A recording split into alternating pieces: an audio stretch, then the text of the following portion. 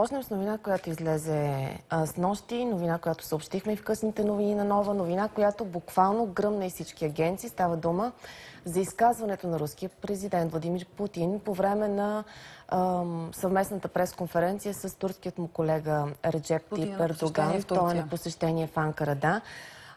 На тази пресконференция той говори за Южен поток и директно засяга страната ни, директно засяга България, казвайки, че спирането на проекта няма да го бъде, спирането на проекта е заради това, че България не е дала зелена светлина и е показала по този начин, че действа като независима, че не действа като независима държава, имайки предвид натиска, който според него упражнява Европейската комисия върху страната ни.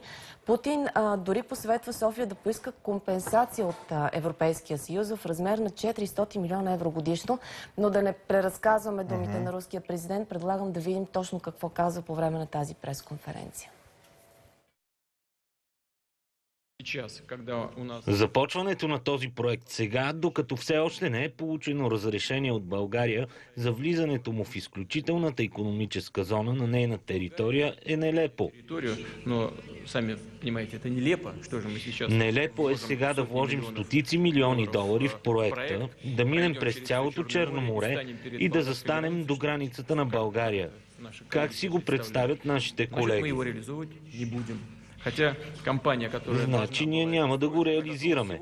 Компанията, която трябва да го построи, е готова още сега да започне работа. Днес и за това всичко е готово. С българските ми колеги сме говорили всичко, което е необходимо за Южен поток, че те ще го реализират, защото отговаря на националните им интереси.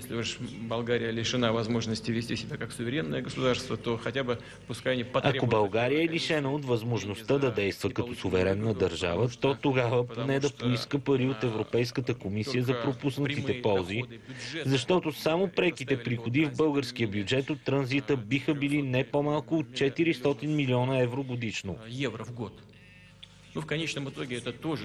Но разбира се, това е избор на нашите партньори в България. Това не е наша работа, а на нашите партньори. Ключово изказване. Ние ще търсим допълнителни реакции в рамките на предаването и хора, които така сериозно защитаваха проекта да минава през България, и хора, които бяха против зависимостта от Русия. Така да се каже, двете гледни точки. Ще се опитаме да ги предоставим на зрителите още днес. Новината ще се развива в рамките на деня. Подозирам. Така, другото, което очакваме да разберем,